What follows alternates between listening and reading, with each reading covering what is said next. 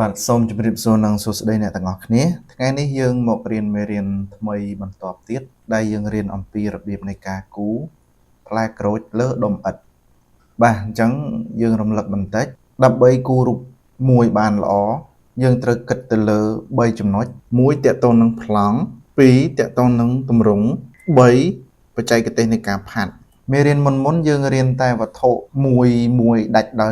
ឡែកពីគ្នាទេយើងអត់បានតន់រៀនវត្ថុផ្គុំទេអញ្ចឹងថ្ងៃនេះយើងរៀនវត្ថុផ្គុំដោយមានវត្ថុ2គឺផ្លែក្រូចនិងដុំឥដ្ឋបាទឥឡូវយើងចូលចំណុចទី1យើងរៀបចំនៅក្នុងប្លង់ក្រដាសយើងថាតើយើងគួរដាក់ក្រដាសយើងនឹងផ្ដេកឬក៏ប្រឈរដាក់ទំហំប៉ុណ្ណាសមមុននឹងយើងរៀបចំប្លង់យើងត្រូវស្គាល់ទម្រង់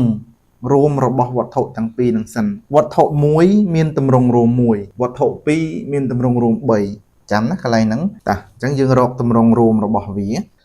ឡូវទម្រង់រួមរបស់វាយើងអាចវាស់ពីផ្លែក្រូចនេះពីចំណុចហ្នឹងមកដល់ក្រោមរហូតតទៅដល់នេះត្រឹមមុខឥដ្ឋនេះឬពីតងនេះមកដល់ក្រោមដល់មុខឥដ្ឋនឹងក៏បានដែរប៉ុន្តែដោយសារតងនេះវាមិនសូវជាសំខាន់ទេយើងអាចគូរហើយយើងដាក់តាមក្រោយក៏បានដែរអញ្ចឹងយើងរកត្រឹមនេះសិនមកនេះរកត្រឹមនេះសិនមកបាទអញ្ចឹងពេលយើងវាស់នឹងខ្មៅដៃឬក៏យើងដាក់ model គូតាមគឺយើងត្រូវវាស់កម្រិតពីចុងកន្លែងហ្នឹងចុះមកក្រោមត្រឹមឥដ្ឋនេះបាទអញ្ចឹងយើងគិតថាហ្នឹងគឺជាຂະຫນាត1បាទຂະຫນាត1អញ្ចឹងយកຂະຫນាត1ហ្នឹងមករកបដោយអញ្ចឹងបដោយគឺយើងយកប្រវែងពីត្រឹមនេះមកដល់ត្រឹមនេះនៃឥដ្ឋអញ្ចឹងយើងមើលទៅប្រៀបធៀបគ្នាទៅតើប្រវែងវាស្មើគ្នាឬក៏អត់ស្មើទេបើអត់ស្មើវាជាចតុកោណកែងអាចផ្ដេកឬក៏ប្រឈរអញ្ចឹងទៅប៉ុន្តែរូបនេះយើងក៏លេចមើលមកផ្លែតវាយើងអាចដឹងថាវាជាចតុកោណកែងផ្ដេកបាទតោះអញ្ចឹងយើងចាប់ផ្ដើមរក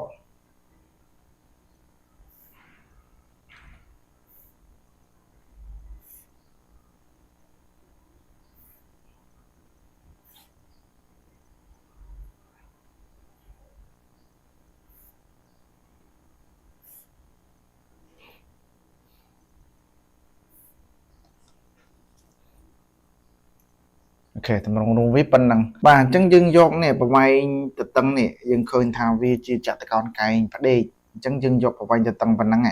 មករកបដោយមក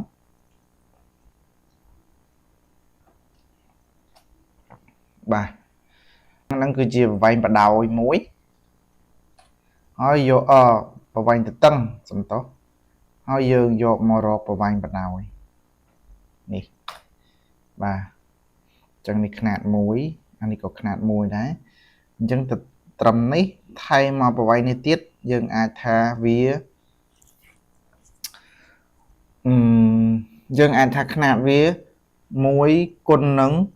1.1 នេះប្រវែងបន្តិចប៉ុណ្នេះយើងថា 0.1 ទៅអញ្ចឹងកន្លែងប្រវែងបន្តិចប៉ុណ្ណឹង 0.1 បាទຂະຫນាតដែលយើងបានរកមិញវាស្មើនឹង1គុណនឹង 1.1 បាទតោះមកយើងរកចំណុចកណ្ដាលនៃกระดาษមកអញ្ចឹងការរកចំណុចកណ្ដាលនៃกระดาษនេះយើងបានរៀនរួចហើយរករបៀបណាតែនេះខ្ញុំគូកាត់ទេណាគឺខ្ញុំដៅចំណុចកណ្ដាលតែម្ដងហើយភ្ជាប់ឡើងតែយើងបើយើងអត់ទាន់ច្បាស់យើងអាចរកតាមរបៀបដែលយើងបានរៀនកន្លងមក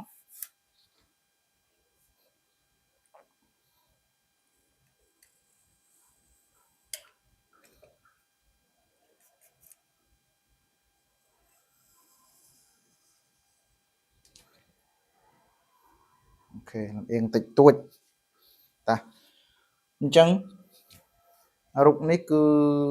យើងអាចដាក់กระดาษផ្ដេកទៅដាក់กระดาษផ្ដេកអញ្ចឹងខ្ញុំឲ្យរូបហ្នឹងនៅត្រឹមនេះអញ្ចឹងថាខ្លួនក្រូចគឺនៅត្រឹមហ្នឹងហើយតងក្រូចអាចឡើងមកដល់នេះបន្តិចដោយសារមិញយើងវាស់ តម្រងរបស់វាគឺយកពីខ្លួនក្រូចមក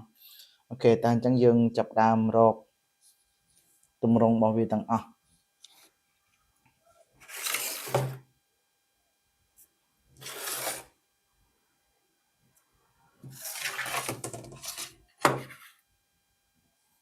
អូខេផ្នែកខាងលើយើងដាក់គូធ្វើម៉េចឲ្យស្របនឹងกระดาษរបស់យើងខាងក្រោមដូចគ្នាដែរ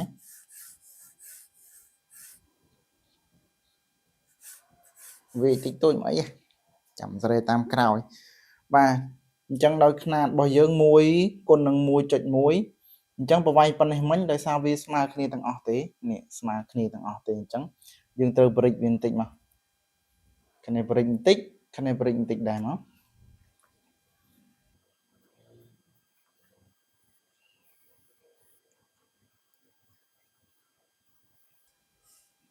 ឡាយហ្នឹងតាមពិតទៅយើងគូឲ្យលឿនយើងគូឲ្យមួយឡាញអញ្ចឹងគូយឺតពេកញ័របាទអញ្ចឹងខ្ញុំបានតម្រង់នឹងហើយអញ្ចឹងនេះគឺជាតម្រង់ 2D ឬក៏តម្រង់រួមទាំងអស់ក្រូចក៏នៅក្នុងហ្នឹងដុំឥដ្ឋក៏នៅក្នុងហ្នឹងប៉ុន្តែឥឡូវយើងអត់ទាន់ចែកទេថាដុំឥដ្ឋនៅកន្លែងណាក្រូចនៅកន្លែងណាតោះបន្តមកយើងទៅរកតម្រង់លំអិតវាបាទបន្ទាប់ពីយើងបានរកតម្រង់រួមរបស់វត្ថុទាំងពីរហ្នឹងឃើញហើយយើងរកតម្រង់រួមនីមួយៗរបស់វត្ថុហ្នឹងទៀតអញ្ចឹងមុននឹងរកយើងអាចចែកវាជាពាក្យកដាលសិនមកប្រឈរពាក់កដាលបដេកពាក់កដាលចែកហ្នឹងចែកដើម្បីយើងងាយស្រួលកំណត់នៅលើនឹងបានបាទតោះអញ្ចឹងយើងរកតម្រង់រួមរបស់ដុំឥដ្ឋមុនមកក្រូចមុនក៏បានដុំឥដ្ឋមុនក៏បានអត់បញ្ហាទេអញ្ចឹងខ្ញុំដាក់ពណ៌ Q ជាតម្រង់រួមរបស់ដុំឥដ្ឋអញ្ចឹងតម្រង់រួមរបស់ដុំឥដ្ឋនេះបាតរបស់វាបើយើងបន្លាយទៅ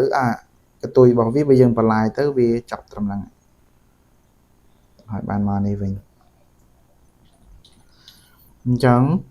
បើវានៅត្រឹមហ្នឹងបើយើងបន្លាយមកដល់នេះបន្លាយឲ្យប៉ះមកឲ្យស្របបាទអញ្ចឹងបើយើងគិតមកនៅក្នុងនេះវាប្រមាណភាគអញ្ចឹងយើងអាចថាវាជា3ភាគទៅ1 2 3នេះអញ្ចឹងវានៅកន្លែងនេះអាហ្នឹងតម្រង់រួមរបស់ដុំឥដ្ឋនេះតមកយើងរកតម្រង់រួមរបស់ក្រូចតម្រង់រួមរបស់ក្រូចអញ្ចឹងយើងចង់ដឹងថានេះអាកន្លែងនេះវានៅប៉ុណ្ណាកន្លែងនេះនៅប៉ុណ្ណាឬក៏ទាំងអស់គ្នាអាចនេះយកពីលើនេះឥឡូវខ្ញុំដាក់ពណ៌បៃតងខ្ចីនេះយកពីលើនេះមកដល់បាតរបស់វានេះអញ្ចឹងបាតរបស់វាយើងដឹងហើយយើងវានៅនេះយើងឃើញថាវាគៀកនៅចំណុចកណ្ដាលនេះហើយបានដល់លើនេះបាទអញ្ចឹងសម្រាប់តម្រង់រួមរបស់ក្រូចវាជាការ៉េអញ្ចឹងបើយើងឃើញអាប្រវែងមួយហ្នឹងហើយយើងអាចយកប្រវែងមួយហ្នឹងទៅរកប្រវែងខាងក្ដេកនេះហើយបង្កើតជាការ៉េមក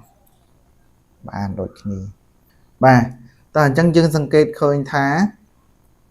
ក្រូចរបស់យើងអត់នៅចំពាក់កណ្ដាលនេះទេនេះបើយើងគិតណាតម្រង់រួមវាអត់ចំនៅកណ្ដាលនេះទេវាខិតមកនេះបន្តិចបាទអញ្ចឹងដល់ពេលយើងដាក់តម្រង់រួមរបស់យើងនៅក្នុងกระดาษរបស់យើងដាក់ឲ្យវាខិតមកខាងស្ដាំបន្តិចមកនេះចំណុចកណ្ដាលរបស់ក្រូចនៅកន្លែងនេះអញ្ចឹងវាខិតមកខាងស្ដាំបន្តិចបើយើងធៀបទៅនឹងកន្លែងនេះអូខេនេះគឺជាការរកតម្រង់រួមនីមួយរបស់វត្ថុទាំងពីរហ្នឹងនៅក្នុងតម្រង់រួមទាំងអស់នេះបាទតោះអញ្ចឹងយើងចូលទៅกระดาษរបស់យើងវិញដើម្បីកំណត់តម្រង់រួមរបស់ដុំឥដ្ឋនិងក្រូច